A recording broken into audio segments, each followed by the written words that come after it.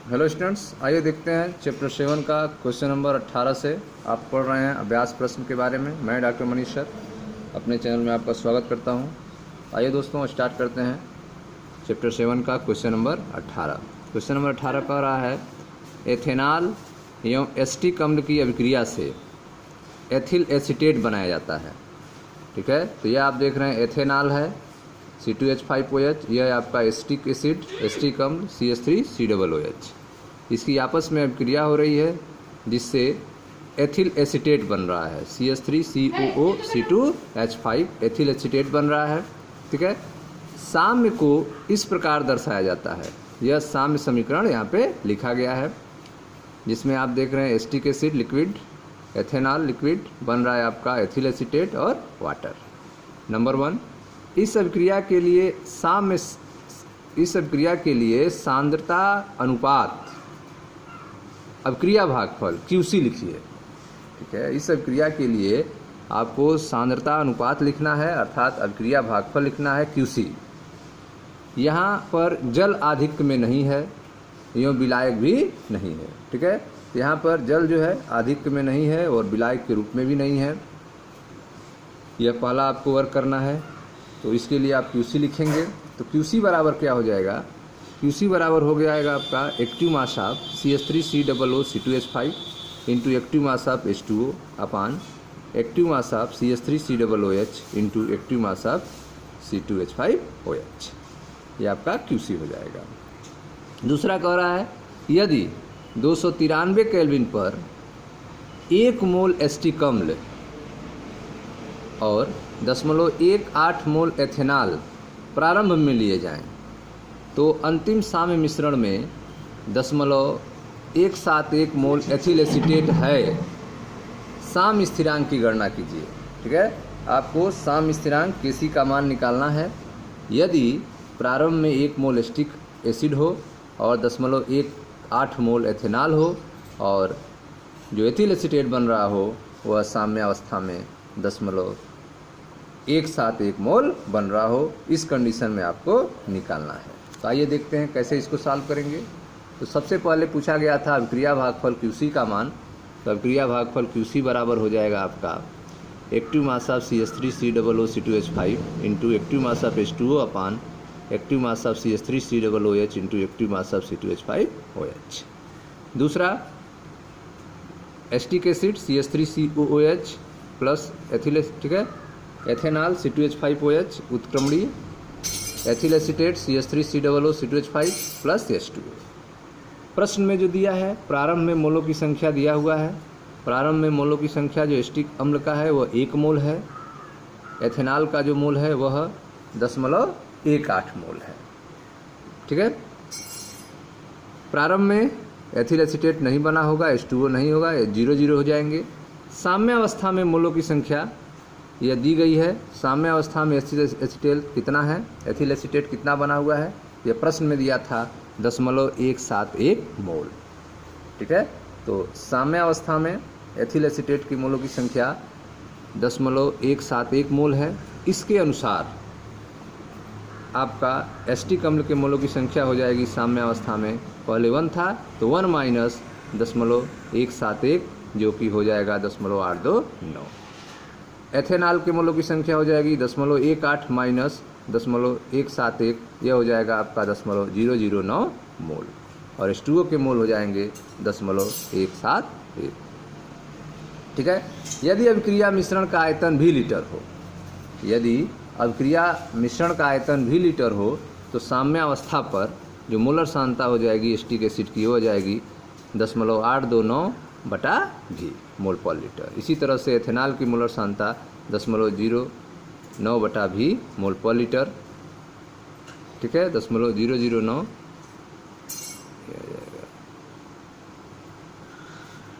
0.009/V मोल पर litre.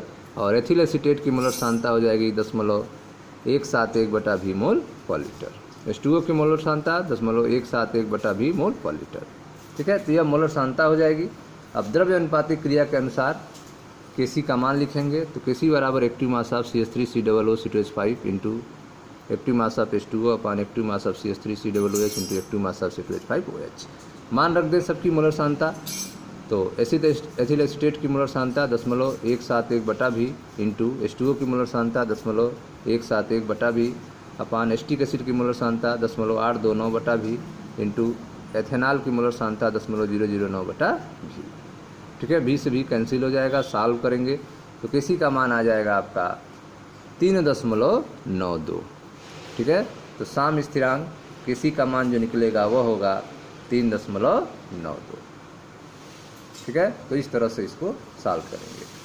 दूसरा इसमें पूछा था कि 0.5, तीसरा नंबर 0.5 मोल एथेनॉल और 1 मोल एस्टिक अम्ल से प्रारंभ करते हुए 293 केल्विन ताप पर कुछ समय पश्चात एथिल एसीटेट 0.214 मोल पाए गए तो साम्य स्थापित हो गया। तो क्या साम्य स्थापित हो गया यह आपको बताना है। ठीक है, तो साम्य स्थापित हुआ कि नहीं हुआ इसमें आपको बताना है। तो जो सूचनाएं दी गई हैं पहले उसको नोट करते हैं।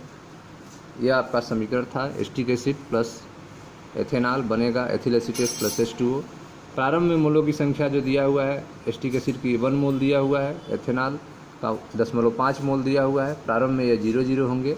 साम्यावस्था का पर मोलों की संख्या जो होगी तो 1 माइनस जो एथिल एसीटेट बन रहा था उसका मान दिया है प्रश्न में 0.214 मोल।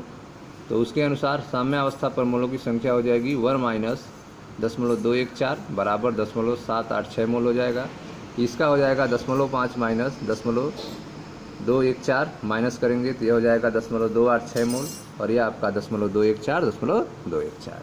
अब क्रिया भागफल QC बराबर क्या होगा, तो अब क्रिया भागफल QC बराबर मान रखेंगे मोलर सांद्रता का, यह हो जाएगा 0.214 बटा भी इंटू 0.214 बटा भी अपान 0.786 बटा भी इंटू 0.286 बटा भी। यह क्रिया भागफल QC हो गया। मोलर सांद्रता सबका रख दिए। सॉल्व करेंगे तो यह आ जाएगा QC बराबर 0.204। ठीक है, तो QC का मान आ गया 0.204 और KC का मान आप निकाले हैं पहले। KC का मान जो निकला था वह था आपका 3.92 KC का मान था। तो KC का मान जो आपने निकाला था वह था आपका 3.92 पहले और QC का मान निकला है 0.204। तो यहाँ पे आप देख रहे हैं QC जो है कम है KC से। ठीक है, तो चूंकि QC लेस देन KC अर्थात साम्यावस्था प्राप्त नहीं हुआ है। कब होता है, जब बराबर हो जाते QC और KC तब साम्यावस्था प्राप्त होती। तो यहाँ आप देख रहे हैं कि QC का मान 0.204 है अर्थात KC से कम है। तो चूंकि QC लेस देन KC अर्थात साम्यावस्था प्राप्त नहीं हुई है। ठीक है, यह आपका आंसर हो जाएगा। अब है क्वेश्चन नंबर 19। क्वेश्चन नंबर 19 कह रहा है 437 केल्विन ताप पर निर्वात में PCl5 का एक नमूना एक फ्लास्क में लिया गया। साम्य स्थापित होने पर PCl5 की सांद्रता 0.5 × 10⁻1 मोल पर लीटर पाई गई। यदि KC का मान 8.3 × 10⁻3 है तो साम्य पर PCl3 और Cl2 की सांद्रता क्या होगी। ठीक है, तो यहाँ पे एक्टिव मास ऑफ PCl3 और एक्टिव मास ऑफ Cl2 आपको निकालना है, सांद्रता बताना है। समीकरण जो दिया गया है PCl5 गैस उत्क्रमणीय PCl3 gas plus Cl2 gas. ठीक है, यहाँ पर KC का मान दिया गया है और PCl5 की सांद्रता दी गई है। PCl3 Cl2 की सांद्रता आपको निकालनी है। ठीक है, तो कैसे सॉल्व करेंगे देखें ध्यान से। यह आपका समीकरण प्रश्न में दिया हुआ है PCl5 गैस उत्क्रमणीय PCl3 gas plus Cl2 gas. साम्यावस्था पर PCl5 की मोलर सांद्रता दी हुई है 0.5 × 10⁻1 मोल पर लीटर। 0.5 × 10⁻1 मोल पर लीटर। मान लेते हैं PCl3 की सांद्रता x मोल पर लीटर है और Cl2 की सांद्रता x मोल पर लीटर है साम्यावस्था पे। इस समीकरण के लिए KC बराबर हो जाएगा active mass of PCl3 into active mass of Cl2 upon active mass of PCl5। मान रखते हैं प्रश्न में KC का मान दिया हुआ है 8.3 × 10⁻3 बराबर PCl3 का आप माने हैं x, Cl2 का माने हैं x और PCl5 का प्रश्न में दिया हुआ है 0.5 × 10⁻1। ठीक, यहाँ से सॉल्व करेंगे x बराबर हो जाएगा √8.3 × 10⁻3 इंटू 0.5 × 10⁻1 अंडर रूट इसका निकालेंगे मल्टीप्लाई करने के बाद तो x बराबर आ जाएगा 0.02। ठीक है, तो x का मान 0.02 हो गया। आप माने हैं कि PCl3 और Cl2 की मोलर सांद्रता x मोल पर लीटर है और x का मान 0.02 आ गया, अर्थात PCl3 की मोलर सांद्रता बराबर Cl2 की मोलर सांद्रता बराबर 0.02 मोल पर लीटर। ये आपका आंसर हो गया। ठीक है, चलो अगला देखते हैं क्वेश्चन नंबर 20। क्वेश्चन नंबर 20 है आपका, लौह अयस्क से स्टील बनाते समय जो अभिक्रिया होती है वह आयरन सेकेंड ऑक्साइड का कार्बन मोनोऑक्साइड के द्वारा अपचयन है। ठीक है, लौह अयस्क से स्टील बनाते समय जो अभिक्रिया होती है वह आयरन सेकेंड ऑक्साइड या FeO आप देख रहे हैं, आयरन सेकेंड ऑक्साइड का कार्बन मोनोऑक्साइड CO गैस देख रहे हैं के द्वारा अपचयन है। यहाँ पे आयरन बन रहा है और कार्बन डाइऑक्साइड बन रहा है। ठीक है, इससे धात्विक लोहा और कार्बन डाइऑक्साइड मिलते हैं, समीकरण आपने देखा। Kp का मान जो है 0.265 एटमॉस्फेयर है 1050 केल्विन पर। 1050 केल्विन पर कार्बन मोनोऑक्साइड और कार्बन डाइऑक्साइड के साम्य पर आंशिक दाब क्या होंगे? ठीक है, तो 1050 केल्विन पर कार्बन मोनोऑक्साइड और कार्बन डाइऑक्साइड के साम्य पर आंशिक दाब आपको निकालना है। यदि उनके प्रारंभिक आंशिक दाब जो हैं PCO का मान 1.4 वायुमंडल और PCO2 का मान 0.80 वायुमंडल हो तो आपको निकालना है इनके साम्य पर आंशिक दाब क्या होंगे। ठीक है, कैसे इसको सॉल्व करेंगे? क्वेश्चन नंबर 20, तो जो सूचनाएं दी गई हैं पहले उसको नोट करते हैं। दिया गया है आपका आयरन का ऑक्साइड है जिसका प्रारंभिक दाब 1.4 वायुमंडल दिया हुआ है। ठीक है, आयरन बन रहे हैं, इसका दाब जो है 0.80 एटमॉस्फेयर दिया हुआ है। ठीक है, तो अब क्रिया भागफल देखते हैं, आंशिक दाब कितना होगा? QP बराबर PCO2 बटा PCO। तो CO2 का आप देख रहे हैं दाब जो है 0.80 है और यहाँ पे इसका है 1.4। ठीक है, दोनों का आंशिक दाब प्रश्न में आप देख सकते हैं, यहाँ दिया हुआ है PCO का मान 1.4 और PCO2 का मान 0.80। ठीक है, तो यह प्रारंभिक दाब दिया हुआ है किसका? कार्बन मोनोऑक्साइड का और कार्बन डाइऑक्साइड का। ठीक है, तो कार्बन मोनोऑक्साइड का प्रारंभ में दाब 1.4 एटमॉस्फेयर है, कार्बन डाइऑक्साइड का प्रारंभ दाब 0.80 एटमॉस्फेयर है। तो इसके लिए QP बराबर क्या हो जाएगा? तो PCO2 बटे PCO।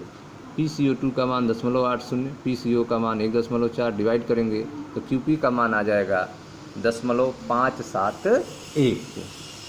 ठीक है, अब प्रश्न में Kp का भी मान दिया हुआ है। Kp का मान आप देखें, Kp का मान कितना दिया हुआ है, देखिए ध्यान से। Kp का मान है 0.265 एटमॉस्फेयर। Kp का मान दिया है आपका 0.265 वायुमंडल। यह Kp का मान प्रश्न में दिया हुआ है। तो QP और Kp के मान की अगर तुलना किया जाए तो आप देखें QP का मान अधिक है। QP का मान क्या है? अधिक है।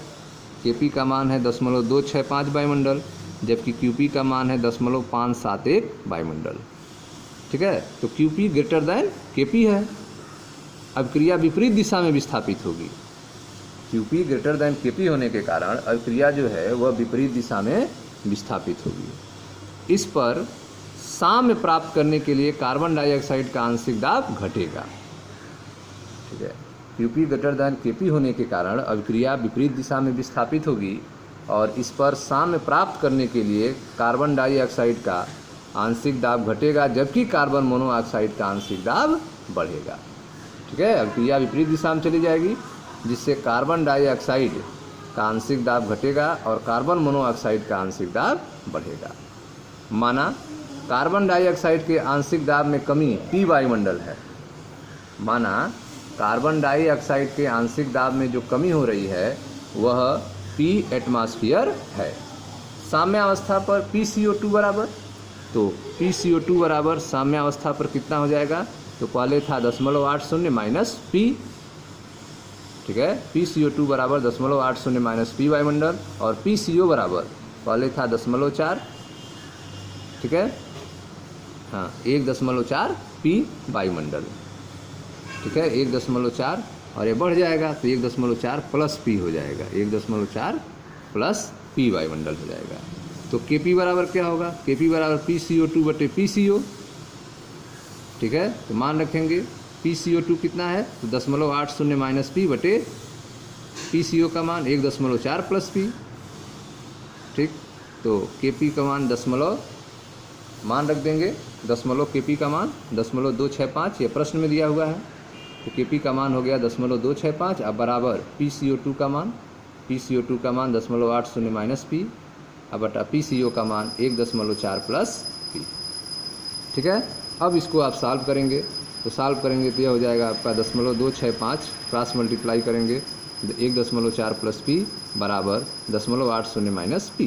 यहाँ से आप सॉल्व करेंगे, सॉल्व करके P का मान निकालेंगे, तो आपका P का मान जो आएगा वो हो जाएगा 0.399 वायुमंडल, 0.399 वायुमंडल।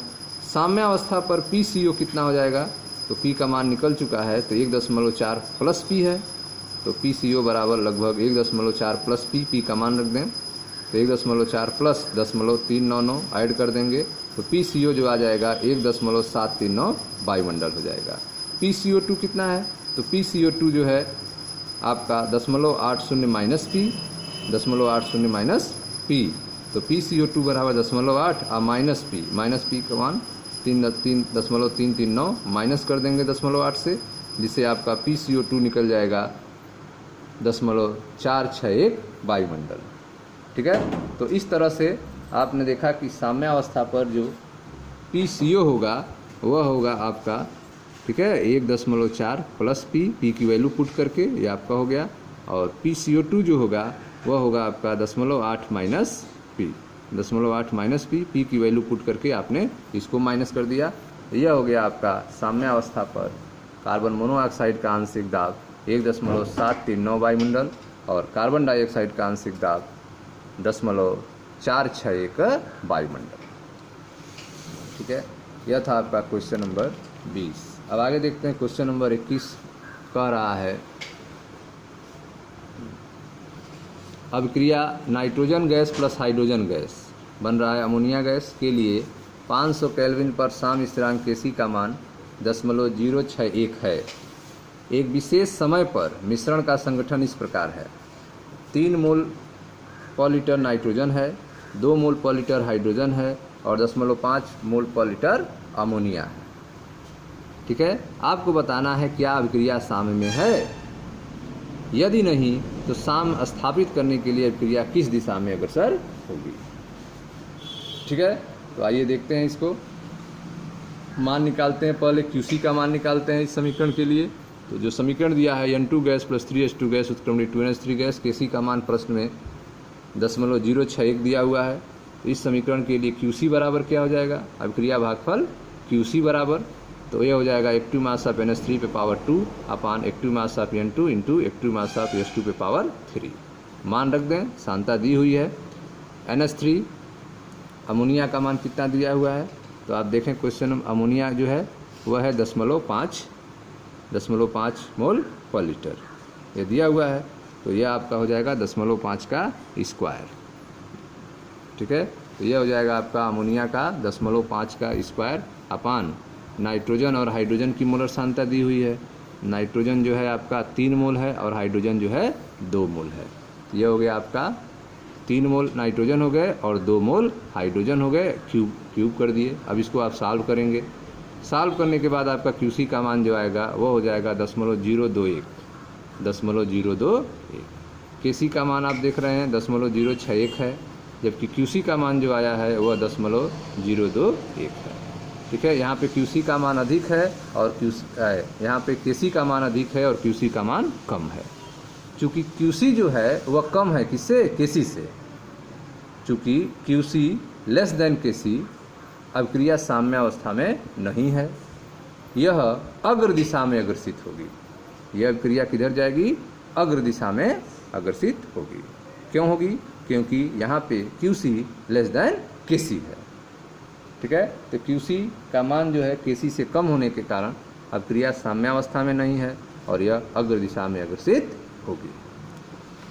अगला है क्वेश्चन नंबर 22। क्वेश्चन नंबर 22 कह रहा है, bromine monochloride BrCl, bromine monochloride BrCl विघटित होकर ब्रोमीन और क्लोरीन देता है तथा साम्य स्थापित होता है 2BrCl गैस उत्क्रमणी Br2 gas plus Cl2 gas. इसके लिए 500 केल्विन पर Kc बराबर 32 है। यदि प्रारंभ में ब्रोमीन क्लोराइड BrCl की सांद्रता 3.3 × 10⁻³ मोल पर लीटर हो तो साम्य पर मिश्रण में इसकी सांद्रता क्या होगी। ठीक है, तो प्रारंभ में ब्रोमीन मोनोक्लोराइड का सांद्रता दिया हुआ है, साम्य पर इसकी सांद्रता पूछ रहा है। ठीक है, देखें कैसे सॉल्व करेंगे। जो आपका समीकरण दिया हुआ है 2BrCl गैस उत्क्रमणी Br2 gas plus Cl2 gas. प्रारंभ में मोलर सांद्रता दिया हुआ है ब्रोमीन मोनोक्लोराइड का 3.3 × 10⁻³ मोल पर लीटर। ब्रोमीन का प्रारंभ में 0 होगा, क्लोरीन का 0 हो जाएगा। साम्य अवस्था पर मोलर सांद्रता, तो साम्य अवस्था पर मोलर सांद्रता मान लेते हैं x है। ठीक है, ब्रोमीन क्लोराइड का x मानते हैं, तो यह हो जाएगा आपका 3.3 × 10⁻³ -x, तो यह हो जाएगा आपका x/2। ठीक है, यह x माने हैं 2BrCl के रिस्पेक्ट में, तो 1 Br और 1 Cl के लिए आधा हो जाएगा, x/2 हो जाएगा। ठीक है, तो साम्य अवस्था पर सांद्रता जो होगी ब्रोमीन मोनोक्लोराइड की होगी 3.3 × 10⁻³ -x और ब्रोमीन की होगी x/2 और क्लोरीन की x/2। अब समीकरण के लिए Kc लिखें। Kc बराबर क्या हो जाएगा, तो active mass of Br2 × active mass of Cl2 upon active mass of BrCl के पावर 2। ठीक है, Kc का मान प्रश्न में 32 दिया हुआ है, Kc का मान 32 रख दें। Br2 की मोलर सांद्रता x/2 है, क्लोरीन की मोलर सांद्रता x/2 है और ब्रोमीन मोनोक्लोराइड की मोलर सांद्रता 3.3 × 10⁻³ x का स्क्वायर। अब इसको सॉल्व करें, यह हो जाएगा आपका x² और 2 2 4 हो जाएगा, नीचे हो जाएगा 3.3 × 10⁻³ x का स्क्वायर। अब दोनों तरफ का वर्गमूल लेते हैं, दोनों तरफ का वर्गमूल लेंगे तो 32 का √32 हो जाएगा और ठीक है, जिसको √32 का मान 5.66 हो जाएगा और इसका जब वर्गमूल लेंगे तो अंडर जब यह सब होगा तो x² का बाहर x आएगा, 4 का 2 होगा और यह स्क्वायर है। ठीक है, तो वर्गमूल लेने पर यह हट जाएगा, तो यह हो जाएगा 3.3 × 10⁻³ x। इसको आप सॉल्व करेंगे तो यह हो जाएगा आपका, सॉल्व करने पे 0.037 - 11.32x बराबर x। ठीक है, x जो है इसको उस पक्ष में ले जाके x कॉमन ले लेंगे तो यह हो जाएगा 1 + 11.32 × x 0.037 के, तो x बराबर हो जाएगा 0.037 बटा 1 + 11.32। ऐड करके डिवाइड करेंगे तो x का मान आ जाएगा 3 × 10⁻³ 3 × 10⁻³ यह x का मान निकला है। अतः ब्रोमीन मोनोक्लोराइड की साम्य अवस्था सांद्रता कितनी होगी, तो ब्रोमीन मोनोक्लोराइड की साम्य अवस्था सांद्रता 3.3 × 10⁻³ x। ठीक है, तो बराबर हो जाएगा आपका 3.3 × 10⁻³ x का मान रख देंगे 3 × 10⁻³ सॉल्व करेंगे, यह हो जाएगा आपका 3 × 10⁻⁴ मोल पर लीटर। 3 × 10⁻⁴ मोल पर लीटर यह हो जाएगा आपका ब्रोमीन मोनोक्लोराइड की साम्य अवस्था सांद्रता। ठीक है स्टूडेंट्स, तो यह था आपका क्वेश्चन नंबर 22। क्वेश्चन नंबर 23 देखते हैं। क्वेश्चन नंबर 23 है आपका 1127 केल्विन एवं एक वायुमंडल दाब पर कार्बन मोनोऑक्साइड तथा कार्बन डाइऑक्साइड के गैसीय मिश्रण में साम्य अवस्था पर ठोस कार्बन में 90.55% कार्बन मोनोऑक्साइड है। ठीक है, 1127 केल्विन और एक वायुमंडल दाब पर कार्बन मोनोऑक्साइड तथा कार्बन डाइऑक्साइड के गैसीय मिश्रण में साम्य अवस्था पर ठोस कार्बन में कार्बन मोनोऑक्साइड कितना है 90.55% कार्बन मोनोऑक्साइड है। समीकरण दिया हुआ है carbon solid plus carbon dioxide gas उत्क्रमणी 2 कार्बन मोनोऑक्साइड गैस। उपरोक्त ताप पर अभिक्रिया के लिए Kc की गणना कीजिए। ठीक है, तो 1127 केल्विन पर इस अभिक्रिया के लिए आपको Kc का मान निकालना है। तो आइए देखते हैं सूचना के अनुसार जो है कैसे इस क्वेश्चन को सॉल्व करेंगे। यहाँ पे जो ठोस कार्बन में कार्बन मोनोऑक्साइड का मान दिया है वो परसेंटेज में दिया हुआ है। 90.55% दिया हुआ है, तो इसको ग्राम में मान लेंगे, 90.55 ग्राम मान लेंगे। तो कार्बन डाइऑक्साइड का कितना हो जाएगा, तो 100 माइनस 90 माइनस 90.55 करके कार्बन डाइऑक्साइड का मान निकालेंगे। इस तरह से इसको आगे बढ़ेंगे। देखिए ध्यान से क्वेश्चन नंबर 23, यदि साम्यावस्था पर कार्बन मोनोऑक्साइड तथा कार्बन डाइऑक्साइड गैसीय मिश्रण का कुल द्रव्यमान जो है 100 ग्राम है, तो ठीक है, तो हम मान ले रहे हैं यहाँ पर कि साम्यावस्था पर कार्बन मोनोऑक्साइड और कार्बन डाइऑक्साइड गैसीय मिश्रण का कुल द्रव्यमान 100 ग्राम है।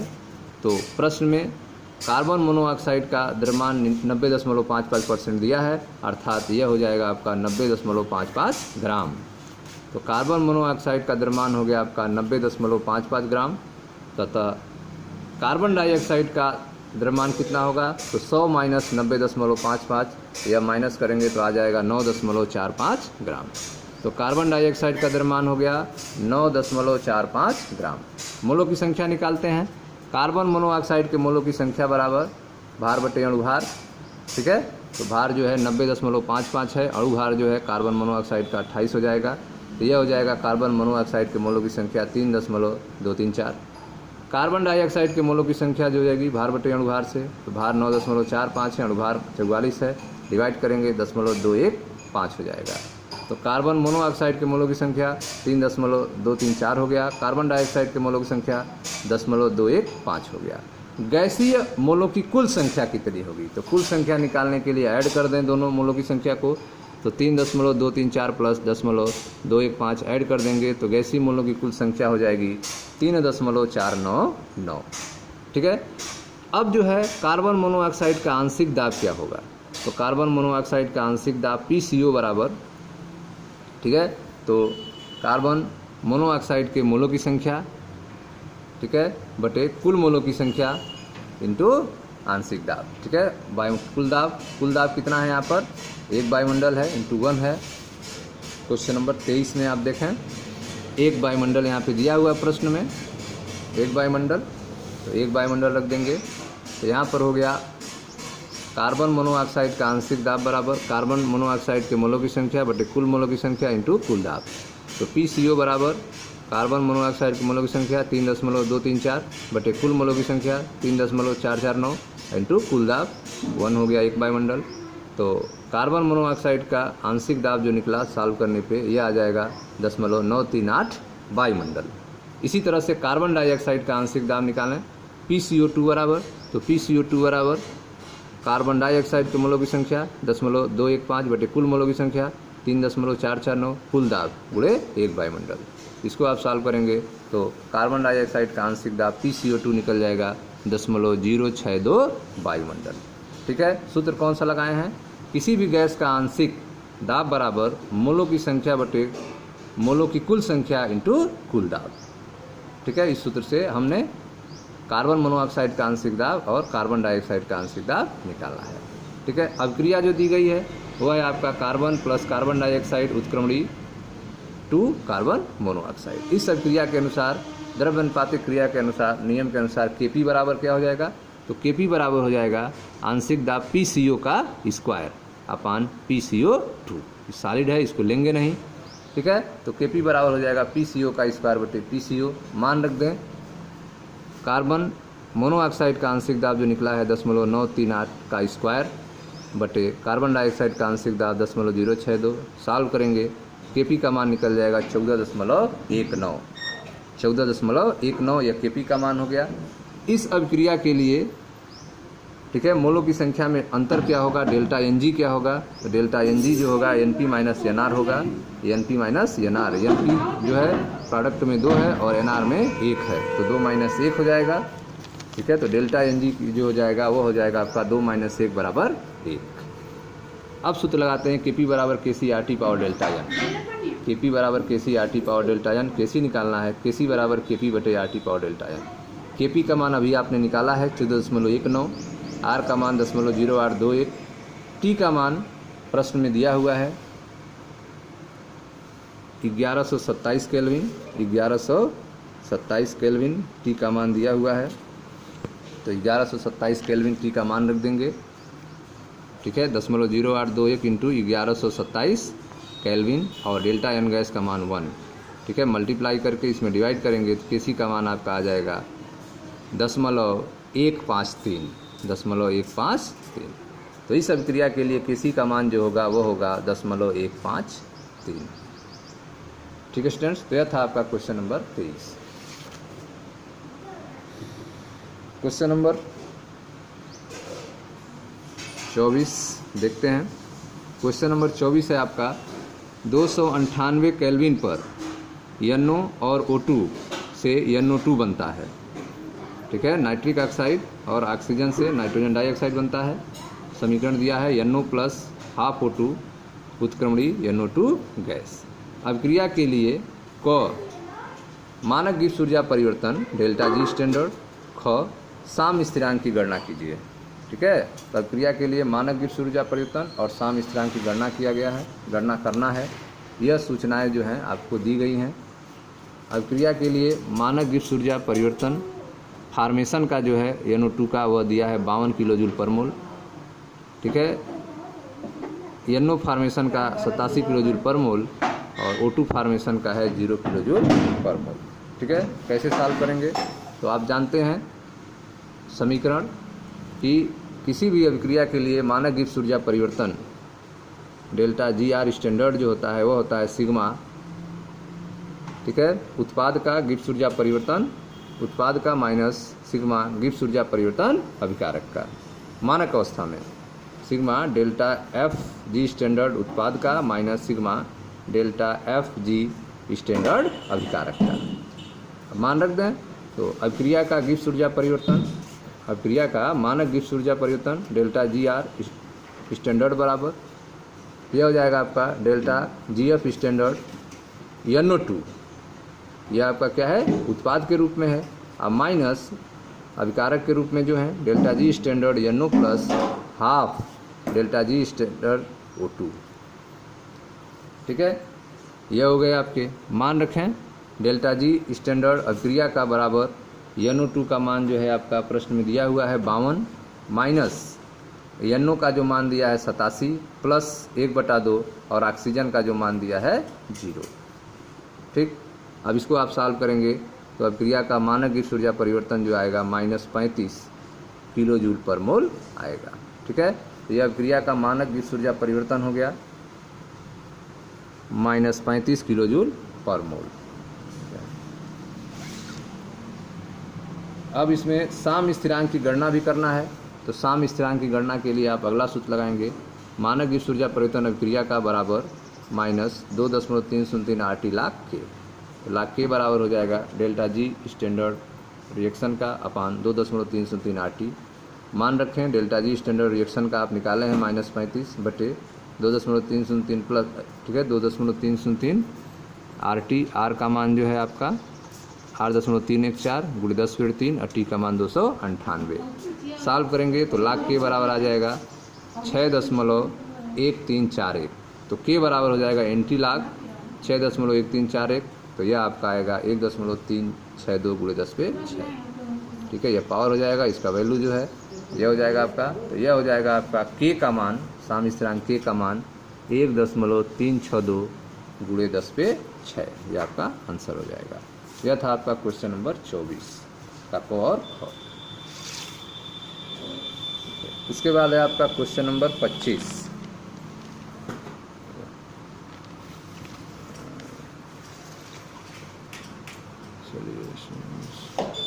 मिलते हैं नेक्स्ट वीडियो में स्टूडेंट्स। क्वेश्चन नंबर 25 से चर्चा की जाएगी। मैं डॉक्टर मनीष सर अपने चैनल में आपका स्वागत करता हूं। वीडियो को लाइक करें, शेयर करें, चैनल को सब्सक्राइब करें। धन्यवाद दोस्तों।